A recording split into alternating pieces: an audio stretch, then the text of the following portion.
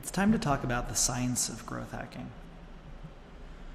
Most companies only track top line and bottom line metrics, meaning they track the traffic that comes into the funnel to their landing pages, and then they track the ultimate revenue that they're generating at the end of the day. This is a big problem.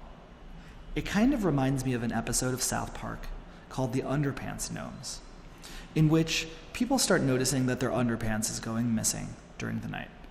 And eventually they realize that there are these gnomes that are stealing their underpants while they're sleeping. They confront the gnomes, the kids, one day, and ask them, why is it that you're stealing everyone's underpants? What possible reason could you have?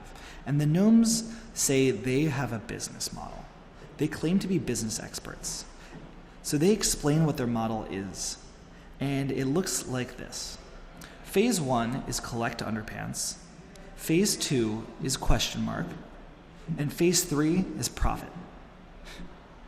Now, I think this is funny, but tragically, it's what most startups' business models look like, in the sense that they don't know how to get a user from the top line to the bottom line profit. There's this question mark in between, and they haven't really figured out what the steps are that have to take. At the end of the day, those numbers aren't very helpful, because the magic is what happens in between.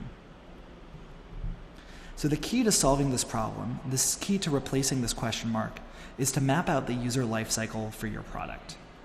It's different from most products, but it might look something like this.